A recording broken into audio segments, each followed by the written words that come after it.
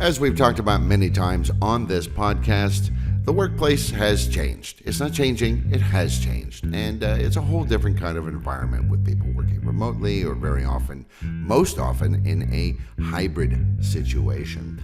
Digital signage obviously has become an important part of that whole process, and the way that it can be expanded and used for a number of different things has certainly helped make the hybrid workplace much more flexible and much more engaging for people. But another thing that we might have to think about is wayfinding, especially as businesses start reconfiguring their internal spaces to accommodate a different kind of workforce and different setups for different people coming into the office on different days and different times. So to talk about that with me, I have Jill Perardi, Senior Director of Professional Services for Visix. Hi, Jill. Hi, Derek. How are you? Great. How are you today? Marvelous. We're going to try and find our way through a conversation about office wayfinding and how it's important in the modern workplace.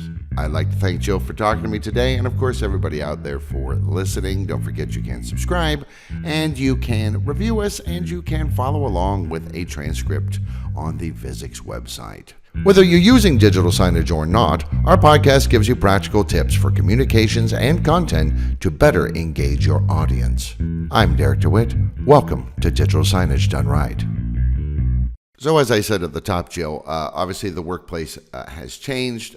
Digital signage is being used in more interesting ways in the workplace to accommodate these changes. And digital signage itself is even sometimes responding to the needs of these new kinds of workspaces. And one of those is workplace wayfinding, which is something we've talked about before and we've written a bunch about. But let's just real quick give people a basic definition. What are we talking about when we're talking about workplace wayfinding? Sure. Well, wayfinding in general is helping people navigate a building or a campus and getting from point A to point B quickly and easily, and helping them get from where they're standing right then and there to where they need to go. Workplace wayfinding, it's not public wayfinding. You're not standing in the lobby of a building trying to find a department or a professor in a higher ed environment. Instead, you are trying to find a desk to sit at if your hybrid workplace does hot desking, or you're trying to find an employee because you have an open work environment and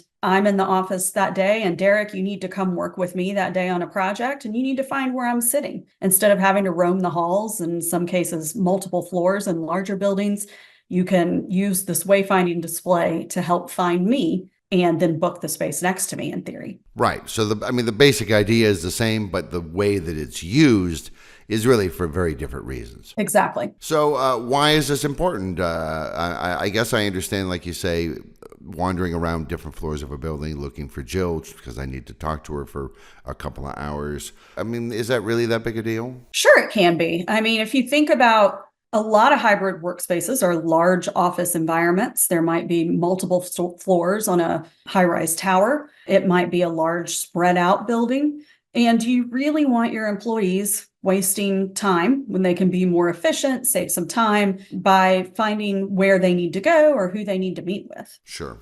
I think it's more engaging too. It kind of gives people a sense of control and ownership. And I think it just makes people kind of want to interact with the digital signage in general more because they have this option available. As you mentioned, the working world has changed.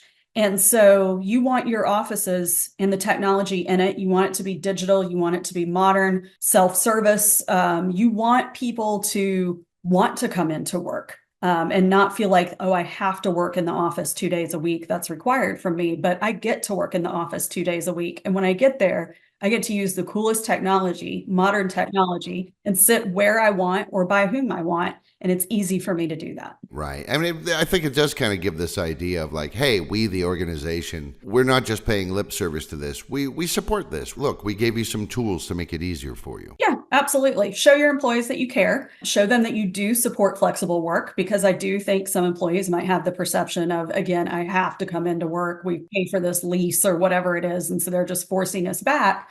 Well, that may not be the case. There's likely very good reasons why you're back in the office, and let's show them you care by making it as comfortable and modern as possible. Sure, sure. And like you said, it'll be especially useful. Like in Visix, obviously it's one floor. It's not even a whole floor. It's a part of a floor.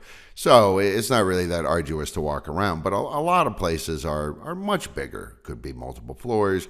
Could be a whole building. Could be multiple buildings. So obviously there's that thing. So what kind of stuff are you going to put on there? You're going to obviously show floor maps. What else? Yeah, I mean, even for the Visix, for example, the office suite, if someone's coming in to work that day, they may want to sit in a particular workstation or room or office because maybe they have clients coming in and they like the way this one looks, or maybe they need to make calls. So they want to be away from someone else who might be a little louder that day, or, so there's purpose for this workplace wayfinding, even for your smaller office suites. But, if we think big, think large scale, like a campus or a large building, down to the small office suite, you want to show floor maps, you want to show office, desk. A really popular feature is to show what's available in that office or in that desk space. Is it Mac compatible, for example? How many screens are there? Is there video conferencing in this office? What's the furniture like? Is it a seated desk or a standing desk?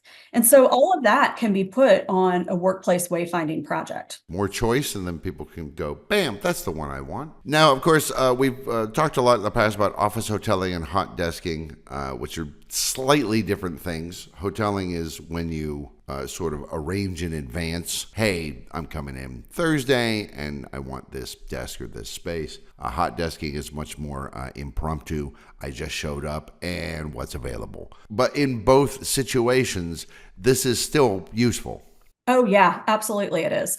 So, if you're doing hoteling, someone might book that in advance in, say, Office 365, or maybe they use a platform like Reserve by Tango, and it's going to show up on the screen, interactive or not. Let's say you see the floor map and it shows up that this room is green because it's available today. And then on the day someone reserved it, it shows red because there's somebody sitting in there. Whereas hot desking, it might just show a large open area, let's say with a lot of workstations. And maybe you can touch that workstation in an interactive project and you can book it right then and there. You can either scan a QR code to book it if you use the Visix product Chorus, for example, or you can, book it right there via, on-screen keyboards or whatever the interface is designed for. And also you could see maybe how long this workstation is booked or who is sitting in this workstation. Because again, in that scenario of Derek and I, we need to meet today, you need to find out where I am. You can look me up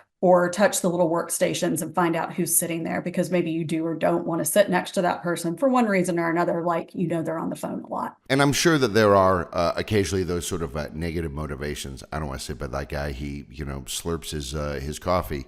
But I think for the most part, it is this idea of co-working and collaborating with one another that is really one of the appeals. Oh, I want to sit near those people because, hey, we're working on the same project, or I like bouncing ideas off that person or whatever.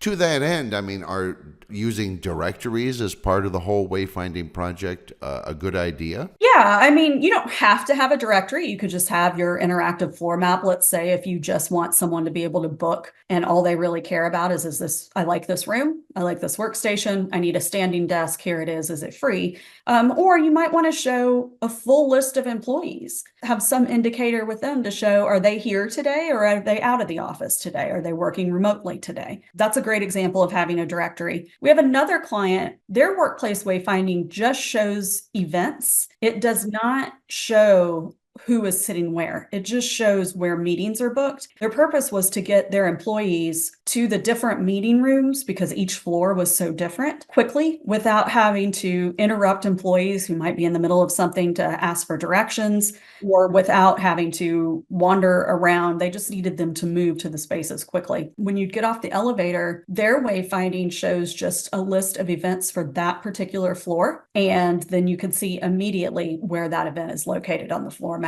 and head in that direction. Ah, see, yeah, that makes sense. I was also thinking, like, again, I think of Visix, which is not millions and millions of people, but if I'm working at a pretty big company, all right, look, I maybe I'd like to talk to Abdul because I know him and I know what he does and stuff. But he's not in, but I need to talk to someone in his department. A directory would let me see who else in that department is here. Maybe I can go see if they have a little bit of time to spare for me so that I can bounce these questions off them. Yep, absolutely. Now, just a moment ago, you said if it's an interactive screen, but does this have to be interactive? I mean, it seems like that would be the most interesting and the most efficient way to do it. But, those screens are more expensive. Those projects are more expensive. Do I have to have an interactive solution or are there static options that I could use? So you're right. Interactive is more efficient. You can put more into the project, like the Abdul example you just mentioned. I want to be able to look somebody up or filter out employees based on their department that they work in. That would be great in an interactive display. However, they don't have to be. The example of the events and the floor map where the conference rooms are located, that absolutely can be static because your list of events can appear with the most recent event at the top. And when the event time ends or so many minutes after the event time starts, it can disappear from the list because no one's going to be coming upstairs to your floor at 11 o'clock for a 9 o'clock meeting that ended at 10, so have that disappear. It kind of depends on what you want to show. But if you want a floor map and a directory of people or events or who's in the office today and the desk that they're sitting at, it doesn't have to be interactive. But if you want the ability for someone to filter and sort and book from the screen, of course, it does need to be. Sure, of course. I'm eager to ask you about something that I recently heard about, and yet I actually don't know anything about myself, and that is the Visix workspace wayfinding project. Tell me about it. Let me kind of paint the picture of it. It's a floor map with all your workstations, essentially. And they're red or green based on if they're currently booked or currently available. They don't even have to be green. They could just be a different color if they're booked, or they could have a small little picture that you touch it and you see a larger photo of somebody, like a headshot if you're looking for someone in particular. That's kind of a great way to give a personal touch, especially in the hybrid work world where you may not work with everybody else or you see their, little face in a square on Zoom or Teams, and now you get to see them in person. It's data visualization. Is this space booked or is it not? And you use design to indicate that essentially. And then if you want to book that space, you found where you want to sit, then you could touch it, scan a QR code with your phone to book it if you'd like, using a tool like I mentioned before, the Khoros product by Visix. Or you could two-way book right there on the screen, or you could book through a system like Reserve by Tango or Office 365. Whatever it might be to book that workstation. It's pretty basic. It is, I am here today, I need to find a place to sit, or I am here today, where is someone else sitting? And that QR code could also route you to like a calendar as well. Yeah, absolutely. However you're booking stuff, whatever system you're using. Yep, absolutely. So you mentioned Khoros and you've tied this project into Khoros. As we've mentioned before, Khoros is a product for space booking and space management that uses no app. There's no app to download. There's no special hardware. You just use your smartphone that you have, either yours or the company one or whichever one you use in the office. Scan a QR code and the interface comes up immediately on your phone using the native augmented reality AR that's already on everybody's phones these days. But at Infocom, I heard talk of a Khoros board. Yeah, so it's essentially a blown up version of the workspace wayfinding that I just described. It's workstations and offices and conference rooms. A couple really cool things. We had the 360-degree walkthrough for each space. So if you really wanted to see what is in this space and you want more than just a description list of, video conferencing or quiet room or, whatever it is, you actually want to see it, you could do a 360-degree walkthrough of the room, much like if you're looking to purchase a home or rent an apartment and you get the 360 walkthroughs of places. It's that same technology, just showing your conference room, your workstation, your open living room area. If your office has, something like that, you could do a 360 walkthrough in all of those spaces, which is really cool because then you can really see exactly where you're going to be spending your day. Right. And then on this display, those QR codes come up, and then you just integrate with Chorus the way you would anyway. Yep, absolutely. Absolutely. So you could have your, same QR code that's outside the room. You could have it on this board. So I don't have to walk all the way to the room to scan it, because by the time I get there, maybe someone else has booked it. I can do it right here from the lobby. Right. That would be terrible. You spend all this time.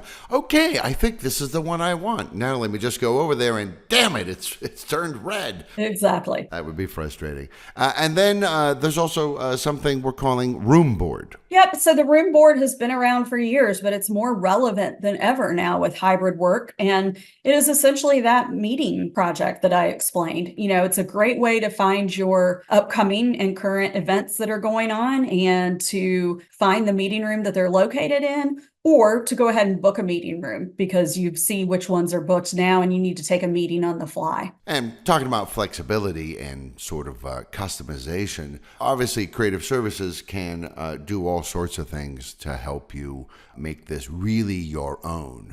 So the beauty of Visix Creative Services is everything we do is custom. And so if you want it to be very basic looking and you want it to stand out with bright colors or whatever it might be, we can certainly help you with that. Most people want it to match their brand or the aesthetics of the environment. But we're going to do that with a great user interface in mind. We're not going to make it difficult to use, but we're going to use your branding or customize it to work for you and your environment and for your employees. So we can tie it into different calendars they're using if they're showing, events or how long this workstation is booked. If you want to show employees, like the employee directory example we spoke about, if you already have that data somewhere, then we can certainly use the APIs to tie into that. If you don't already have the data somewhere, just send us a spreadsheet. We'll create a little super basic database for you, so you can keep that information updated as your employees come and go. We can create this in a mobile version, so someone could do this on their phone.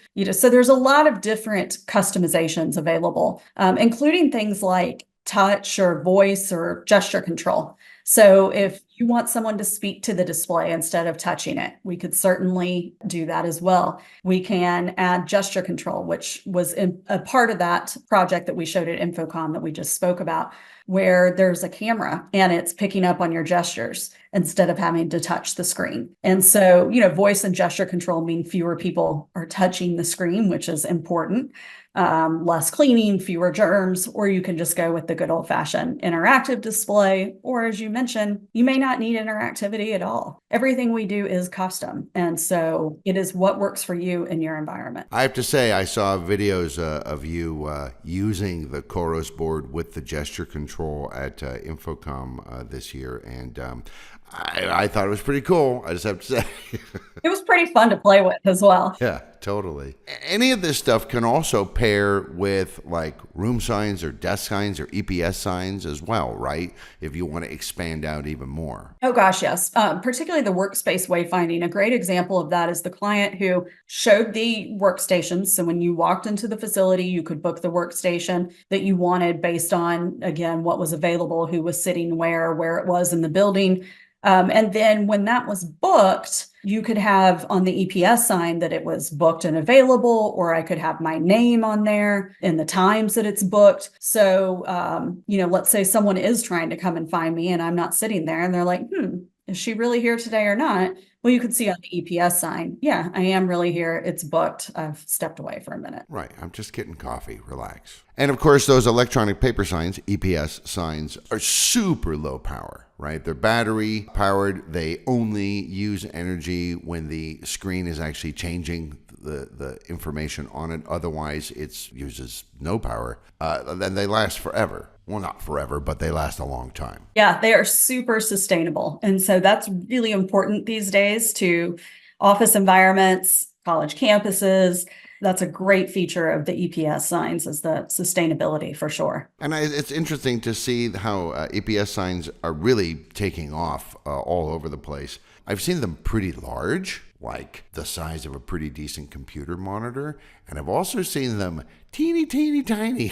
So you really do, like some supermarkets are starting to use them instead of having, that little thing in front of the soup cans with the price thing. It's a digital thing that just gets automatically updated. So you also have flexibility in what size you're going to use. Yeah, because you probably don't want the super big ones, like the size of a computer monitor, outside of a workstation. That might be great on a conference room where you want to show a full list of events for the day. You're probably going to want your teeny tiny ones on your workstation. We offer several different sizes because there are so many different use cases for them and the kind of information that you want to show on the screen. Right, exactly. So with modern office wayfinding solutions, you can provide your employees and potentially people who are visiting that part of the office as well, I guess, really clear and concise navigation presented in an engaging visual way.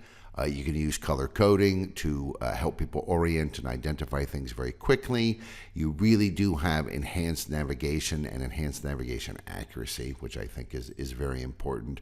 And you're creating a system that is easy to use and could potentially even be fun to use. I think, like my guest today said, some people might have this idea of like, oh, I have to go to the office 2-3 days a week. But what if instead the organization could change that mindset to, I get to go into the office 2 or 3 days a week. So when I work at home, it's awesome because I'm doing things that way. But when I go into the office, it's totally different.